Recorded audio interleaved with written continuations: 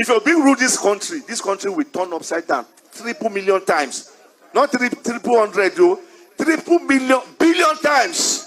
Because God did not give the power to Obi. Obi will get there will be confusion. It's not the answer to Nigerians. I don't say we call them obedient. They are not obedient, they are disobedient. They are the one that will kill Obi. Obi knows that he cannot be president. He's desperate to be president. But God did not give him that strength to rule. He will deceive Nigeria. You may not understand. Me, I'm not sentiment person, no. Why Tinubu must work so that I will not lose? Me, I will keep telling him. This prophet is not speaking for God. He is speaking for Tinubu. You know, we're in a nation that is drowning in suffering, where the poor are crying and the middle class is disappearing. Drink Gary now. 1,000 will not take you of drinking Gary. Where we say before 100 naira you will drink Gary and do what you want to do. So now we are coming to make him to know that things are very hard with us. Let him consider us. Thank you. So we're also going to be talking to one of the protesters who would also. One prophet claims Tinubu is God's choice and Peter Obi is too desperate. Can you imagine that? But who is really desperate? Ask him. And who is destroying Nigeria? A Yoruba prophet boldly says Peter Obi cannot be president. He says Obi is desperate. But notice his tone. Calm when talking about Tinubu. Critical and mocking when talking about Peter Obi. Is this prophecy from God or politics from the pulpit?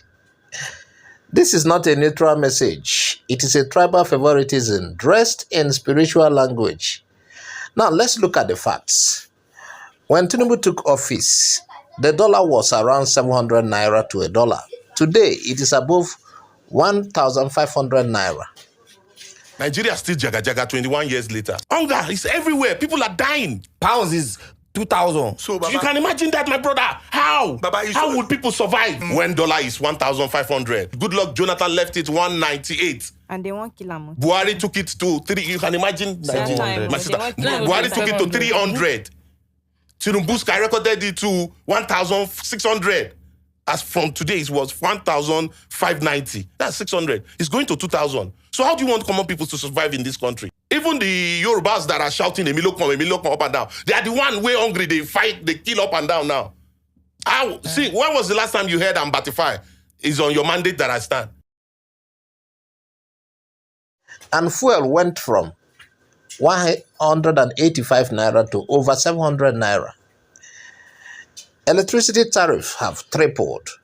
Rent, school fees, and even sachet water have become luxuries. I remember during Buhari's time, there is this medicine that I used to buy, CAC 1000. At most, you get it 3,005. You know, I'm just putting it this way for the benefit of doubt. Now go and check that medicine from 11,000, 12,000 in stores because of Tinubu is in power. So look at what we are facing.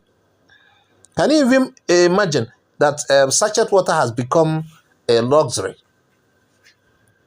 Yeah? Èwo ló tún ṣẹlẹ̀ báyìí sìn. Àtúrọ̀ mọ́ pure water báyìí pé kó lọ ra pure water wa. Pure water ń sìn ó ti di méjì, báàgì méjì, 500. Kí ló tún ṣẹlẹ̀? Èwo ló tún ṣẹlẹ̀ báyìí? Kí ló tún kó pure water omi tá fi ń dáná? Omi tá fi ń dáná. Kí ló jẹ́ pé gbogbo nǹkan báyìí ìnira ti pọ̀ jù, ìnira pọ̀ jù Lagos State yìí, kí ló ṣẹlẹ̀? Nígbà tẹ́ ń ta pure water láti inú mọ́tò méjì 500, méjì báàgì méjì 500 láti inú mọ́tò, àwọn tó máa tún ta kọ́lé ló máa tà. Kí ló jẹ́ pé ìnira á pọ̀ jù ní Nàìjíríà, ìnira ti pọ̀ jù. Àtìgbà tí Buhari ti bọ́lẹ̀ báyìí ni Buhari ti gbé lọ́fù ló ti gbé ìfẹ́ lọ. Kò sífẹ̀ẹ́ mọ́, ìnílẹ̀ ayé ti pọ̀ ju epo wọn àsọ̀rọ̀, gàrí wọn àsọ̀rọ̀, gbogbo nǹkan wọn àsọ̀rọ̀. Ṣé pure water omi dààmú lẹ́tún jẹ́ kó wọ́n omi jọ́sọ̀ omi tọ́lọ́run dà tó ń ṣe pé bóyá pé kínní òun lẹ́tún jẹ́ kó wọ́n. Ibo la ń lọ lórílẹ̀‐èdè Nàìjíríà, ibo la ń lọ báyìí? Níbo la ń lọ? tó bá pé ogun la máa jà tí gbogbo èyí máa fi solve, tó bá pé ogun la máa jà tí gbogbo ìyà tí àwọn mẹ̀kúnnù ń jẹ yìí táàfin ní jẹ mọ́, ẹ jẹ́ ká kúkú jagun, ẹ tó bá máa kú kó kú, ẹ tó bá máa yè kó yè. Ìnira àtẹ́ni wọ́n lára yóò ti pọ̀ jù, ẹ̀yin nìkan lè gbádùn. Kí ló ṣẹlẹ̀ gan? ṣé ilé gbé wáyé wọlé síbẹ̀ ni? Why will something be like this? Naija ti máa dùn únjẹ Naija ìgò sweet ìjọ ló máa tó dùn. More Nigerians are falling into poverty daily. So if Obi is dangerous for wanting change, what do we call Tinubu, whose policies have brought Nigeria to her knees? Why is it that when Peter Obi campaigns for justice, transparency, and youth empowerment, they call him desperate? But when Tinubu uses bullion vans, sponsors thugs, and rides on a flawed election, they call it wisdom and experience. Can you imagine these guys?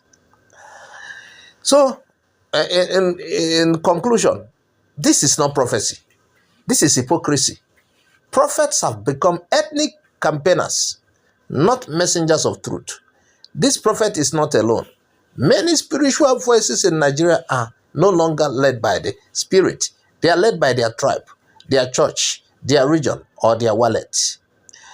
When a prophet sees truth but chooses tribal comfort, he becomes a political tool, not a servant of God.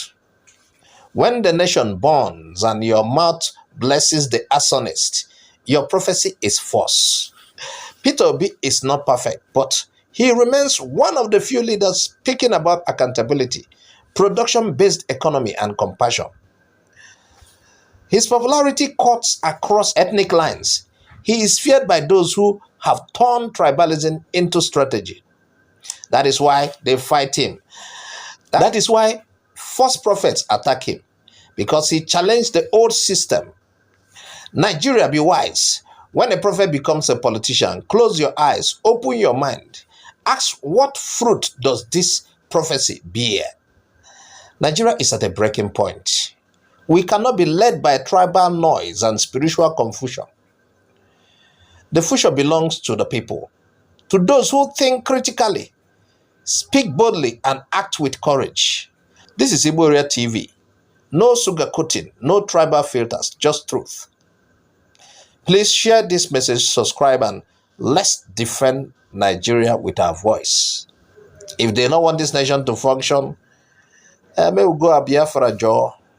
Baba Ahmed and I remain absolutely undaunted and deeply committed to the project of a new Nigeria that will be built on honesty, transparency, fairness, justice, equity. All the above starts with the process. Process through which people come into office is far more fundamental, more important than what they do thereafter. It is my belief, and I've maintained so consistently, that if you must answer His Excellency, the process through which you arrive to office must be excellent. We must now require that we do the right things in order to generate the required confidence and moral authority to lead. The destruction of a society begins and gradually progress when we act rascally. We will govern by the rule of law because we know what not doing that will bring about.